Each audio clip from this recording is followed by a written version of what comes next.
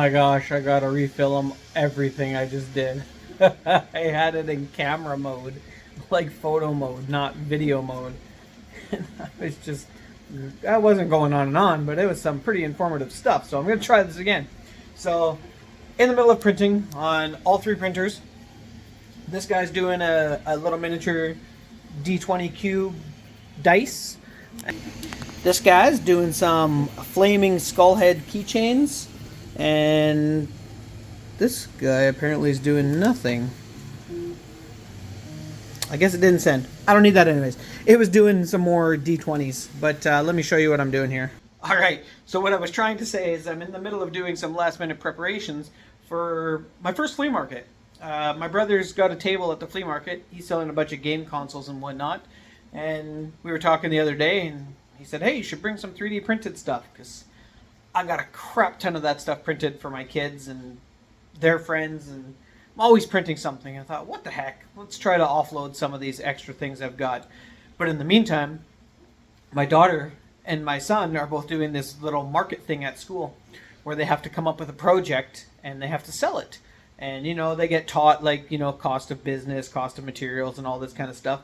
And they both decided they're going to work together. Super proud of them on that one. My son is in grade 3, my daughter's in grade 5, so big step for them to work together. But they're going to do keychains. So I've been on like a keychain blitz for the last week.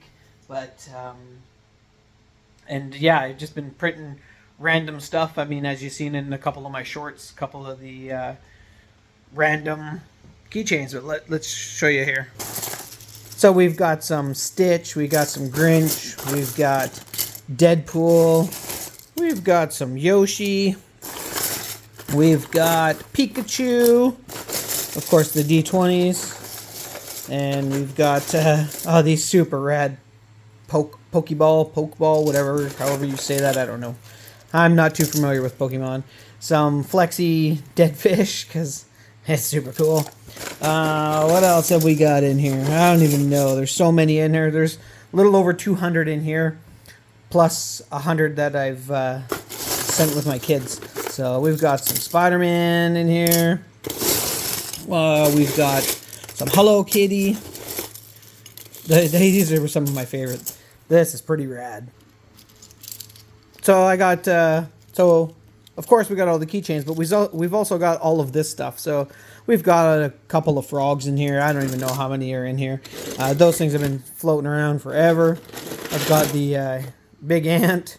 He's not multicolored because he was done long before I had the multicolor. Of course, I made a sign. Oh, come on. So let me show you. So this goes like this, and this goes in here.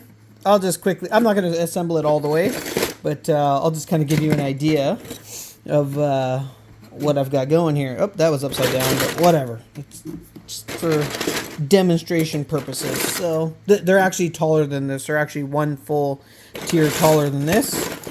And then this goes right in here. Come on, get in there. And that goes right in there. So we have our very own little 3D printed keychain stand. How rad is that? So I don't know how this is gonna go.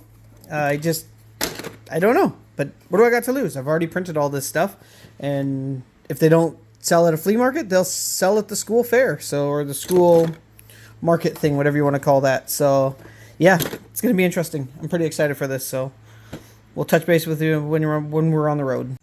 Okay, a little bit of a later start than we anticipated, but we got the truck loaded, dropping the dog off at Grandma and Grandpa's, and we're hitting the highway. Alright, ladies and gentlemen, well, let me tell you, that was an experience. That was the weirdest flea market I've ever experienced in my life. Dare I even say, it wasn't even really like a flea market. It was just like a bunch of hoarders trying to sell some of their junk.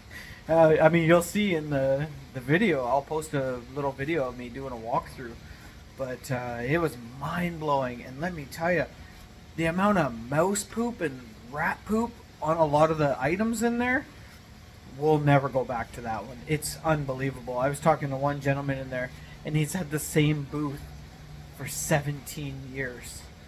And it showed, because there was rotting stuff underneath. There was some clothing items that looks like they've probably been there since 2002. Like, I don't really know what year they were there from, but there's some clothing items down on the bottom that you can see the visible signs of them rotting through, and they don't think there's anything wrong with that. So we're gonna change it up. We actually found another flea market to go to. So this is day 2 of the flea market, and my son and I, on the way out to it, decided to cross over the river and go to a different one and check it out. And that one is far superior in every single way. So next week we're going to be doing that. But on a more positive note, we did sell a few items. I think we walked away with, I don't know, like maybe $100. My brother sold several video games and LPs, records. So we did okay. You know, I only brought a small portion of what I had done.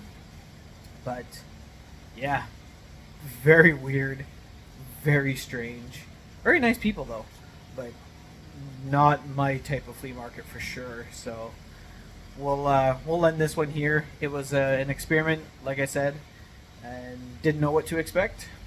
So now we know. On to the next one.